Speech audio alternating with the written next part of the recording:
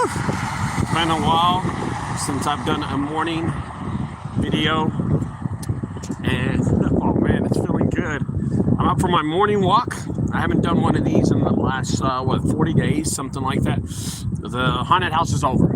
It's over. We had record sales, record revenue, record profit, and honestly, I don't want to do junk removal anymore, but I have to go empty my trucks one day. One of these days, I'm going to go empty my trucks. It is such a celebration of a small business being successful. And we'll talk about this later on, but I wanted to get to another video. Talk about a gentleman who called me yesterday, and I was halfway asleep. Alex, good morning, buddy. And I was halfway asleep yesterday. The guy calls me and just asks for advice. And before you start a junk removal business, you need to know a set of rules. You need to know how to run the business. You just don't get into it. And I think there's a misunderstanding on some of the things I talk about in this business. Good morning, HC. Good morning. Oh, who's this? Marcus. Good morning, Indio. What up? Welcome back. Yeah, dude, I'm done.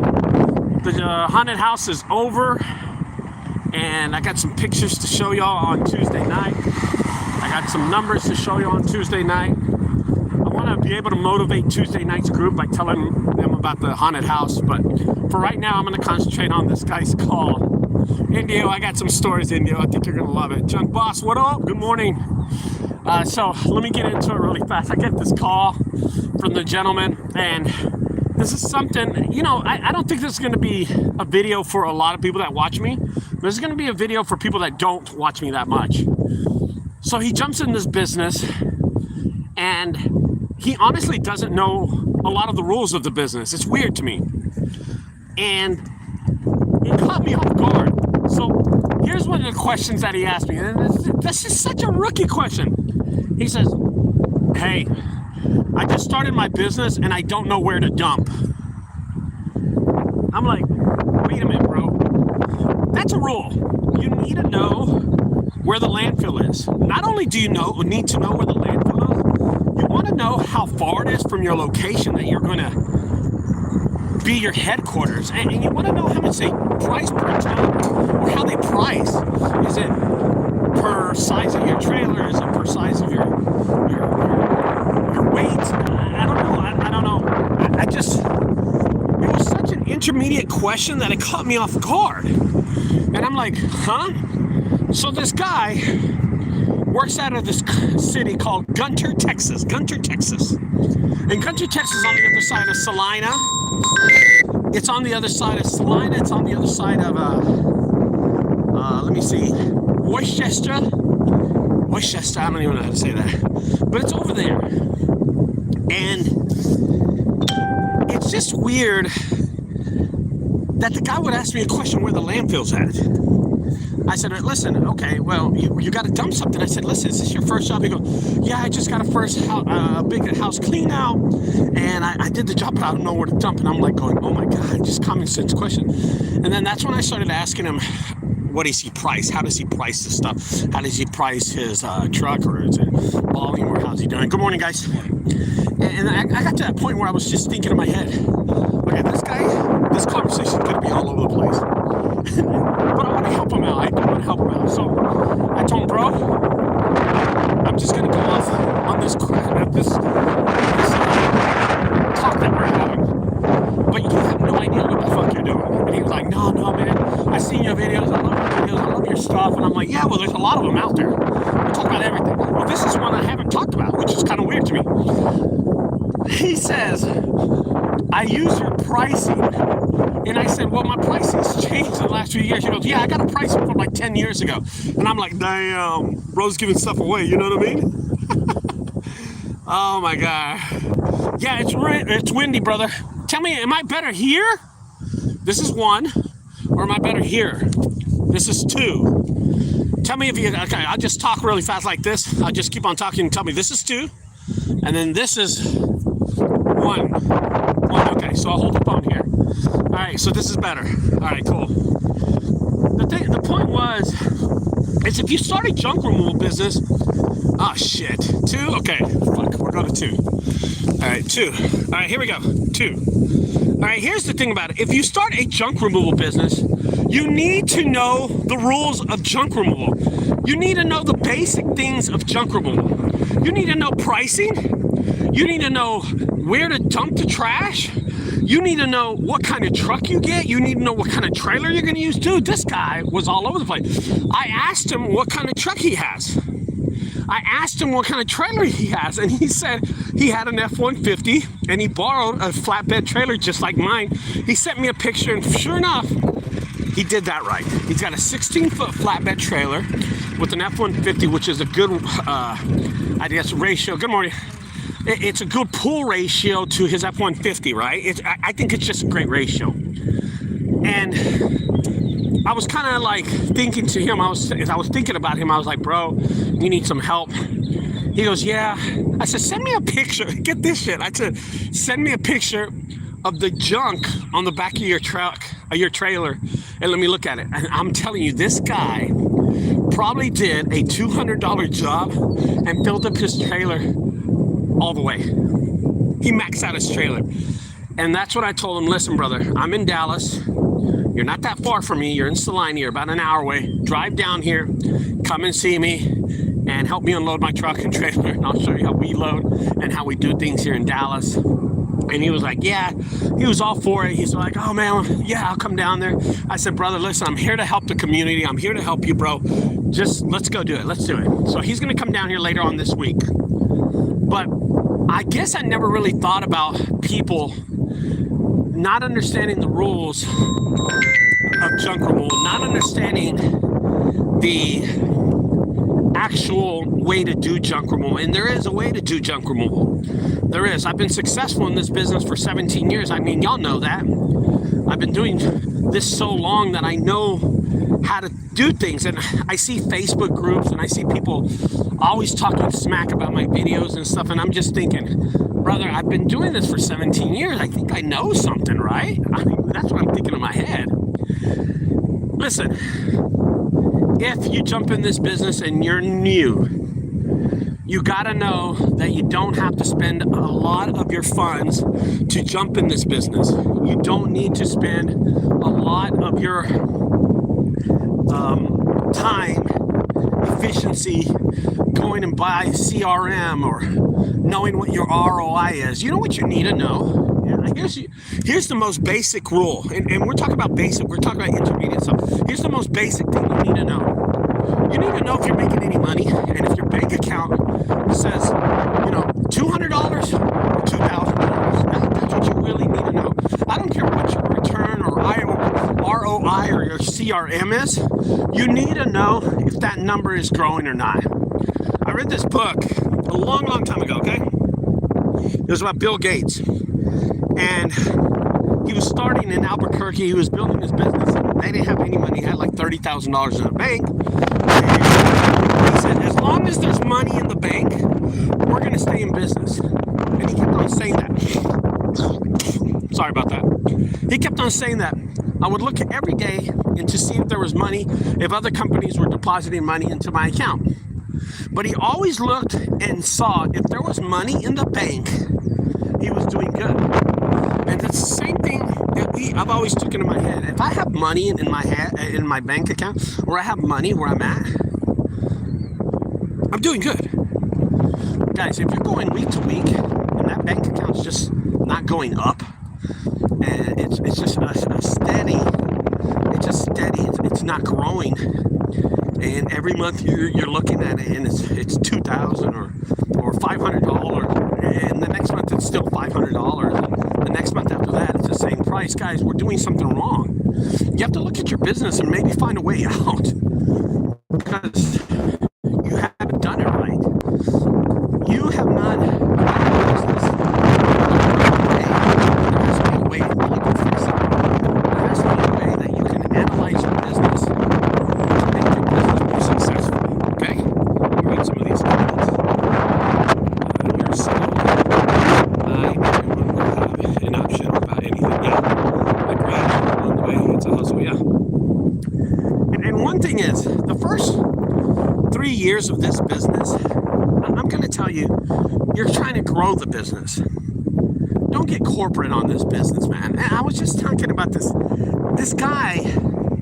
He doesn't know where the landfill is, and he's asking me about CRM. He's asking me about workies, and he doesn't know where to dump the landfill. I said, bro, this is where things get complicated for junk removal owners. They are trying to complicate this business. They're trying to add too many things to this business. I'm gonna give you something. For instance, Orson, the guy I work with, Orson, GPTX Junk Removal, Grand Prairie, Texas Junk Removal. He tries to complicate the business by adding a lot of tools to the business. And don't get me wrong, they're great tools. I use them all the time. But I tell Orson, stop spending money on things you don't need. Stop spending money on things we're never going to use. Stop spending money on tools that we're going to use once in a while.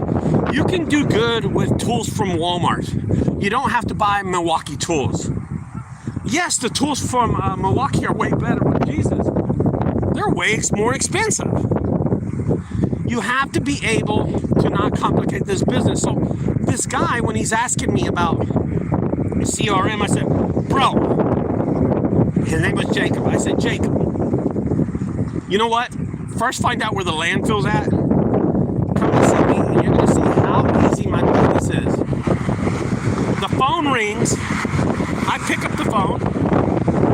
I go to the job. My salesmanship is really, really basic. I don't try to complicate this. I mean, I make money every day, and I've grew this business into a huge business. Where we're in other cities, it's been successful. Am I doing something wrong? There are going to be a lot of people out there that will try to add so much stuff to this business to complicate it. Okay, so GPTX, thank you, Orson, for agreeing with me. Thank you, brother. One thing about Orson is he learns and he adapts. Grand Prairie, Texas Junk Removal, Orson. He looks what I'm doing, and he's going, God darn it, that's the way to do it. Oh, smack, that's the way to do it. Let me tell you what happened to us at the haunted house, and I'm going to give you an instance, okay? I had a guy on a harness, and he was about maybe 4 feet up off of the ground, and the harness snapped. He was going wild, and he unhooked it. He thought he hooked it, and he didn't hook it. And it snapped, and he fell, and he sprained his knee. And he fell down, and he was on the floor, and he was able to limp off the floor into our backstage area, okay? He fell down. He really hurt his knee. He was scaring somebody and busted his ass. And he goes over in the staging area where nobody can see him, and he limps over there, and he's hurt. He's really hurt. And they radio me in. They say, hey, Ricardo, what's his name's Marcus's harness snapped. Go see him. So I run over and see Marcus. And when I get there are 3 people around him. Orson, one of our actors, and one of our security guards. I run over and I go, hey, what's going on?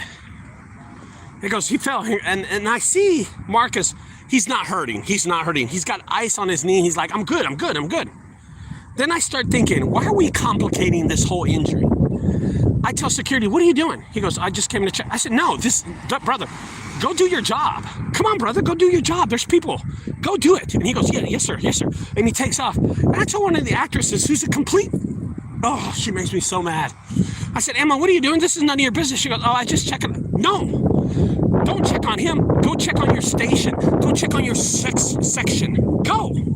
And I said, Orson, what's going on? He goes, he just fell down. I said, okay, Marcus, are you good? He goes, yeah, I'm good, man. And I go, well, let's go. I said, Orson, go back outside. Marcus, stay here the rest of the night. We only have 1 more hour left anyway. We had an hour left. I said, Marcus, you're done for the night. Stay here, chill, just gain a check. And he left. You know what we just did? We uncomplicated the injury. We didn't milk the injury. We made it simple. He said he was fine. Let's move on. Let me tell you something about Marcus. Marcus is black. Marcus is about maybe 24 or 28 years old. He will recover. Now, if I fell off a harness and my knee was busted, I'm going to the hospital, brother. My knee's screwed up. It's messed up. Then we took a small situation. I'm sorry. We took a situation and we made it small. Everything's fine. Don't complicate the injury. Don't complicate junk removal. And I think this is what happened. This guy is reading all this stuff on Facebook. He's reading all this stuff on TikTok, and he's complicated his business by trying to add CRM or trying to find out what his ROI is. I'm going to tell you what you are. Okay, so ROI means return on investment. It's how much money you invest into something and how much money you get out. I'm going to tell you something. I'm going to tell you what my ROI is when it comes to my haunted house, okay? An ROI is I invested $45,000. No, I'm sorry. I'm not going to lie. I invested $40,000 into my haunted house, and I got out of it $190,000 profit. That's an ROI, okay? In junk removal, it doesn't work like that. In junk removal, you invest $100 and you might get, I don't know, 500. So it's kind of a little different. Why does he, Jacob, the new guy up in Gunter, Texas, why does he even care about that? I think what he cares about is his bank account. Don't complicate the business. So CRM, what is CRM? CRM is it's a customer. I forgot what it means. It manages your business. It manages your business. It manages your calendar, your scheduling, your ads. It manages the information. It's a database. If you're eventually one day going to think about selling your business, you probably need something like this eventually. But in the first 5 to 6 years of your business, you don't need anything like that. You just need to get to work. So I told Jacob this. I said, Jacob, brother, you don't worry about that in year 4, 5, 6. Right now, just get to work. Okay? Instead of worrying about CRM, he asked me about CRM tools, snake oil.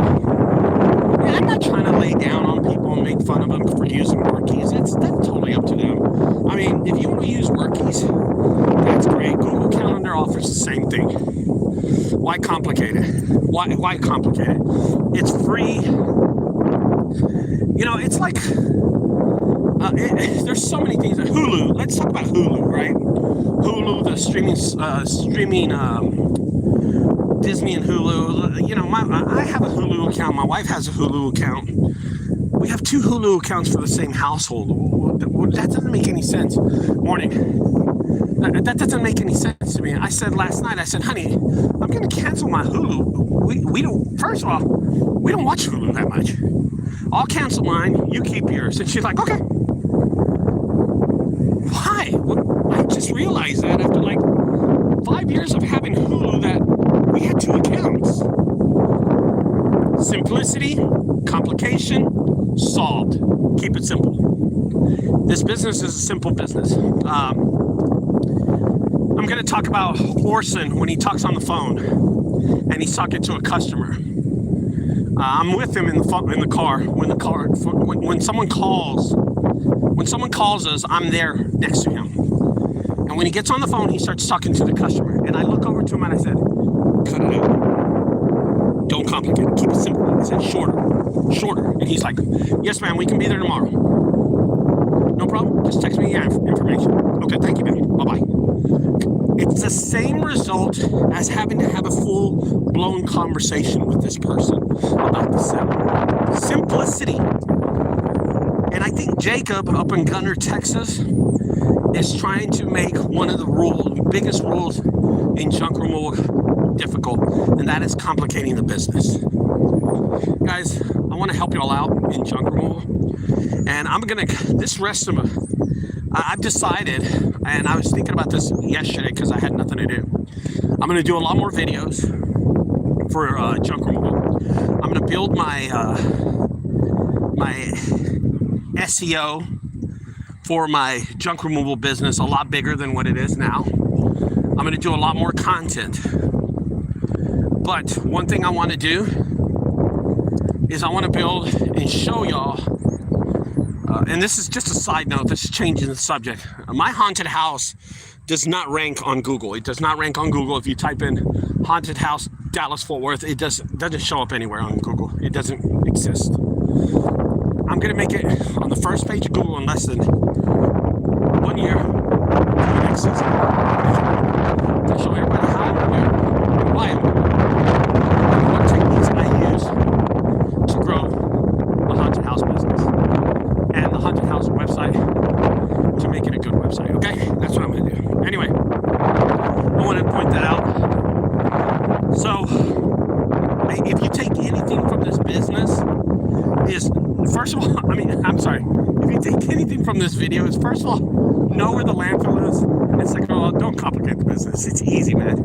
Truck, trailer, Craigslist, Facebook, go work. And I think that's something that Orson has done. He's realized that this business is a very easy business to get a hustle on, and that's what we're doing, getting a hustle. If you want to grow this business in the next 3-4 years, that's up to you. Then you got to change the format of this business. You got to be able to change how you do this business. But complicating it, you know those NPR trucks, the box trucks, the NPR trucks. My flatbed trailer, I'm sorry, so I'm going to tell you something. My flatbed trailer with no walls, if I park it next to an NPR truck, you know what they both do? They both haul, but you know what the difference is? One's $100,000 and the other one's like $4,000. There's no difference to it. They both move. I mean, one you got to put a tarp on, the other one automatically puts a tarp on. They both tear, they both fly off on the highway. I mean, it doesn't really matter. Simplicity counts for a lot, guys. Anyway, I'll do another video tomorrow. I'll see you tomorrow. I'm going to go to the gym. I'm going to ask Orson later on to help me dump my trailer and trucks. We're going to do 1 truck a day, and we're going to film it all. We're going to do a lot of filming. I'll see y'all later, guys. Don't forget, subscribe to my channel. There's going to be a lot more videos coming out pretty soon. Bye-bye.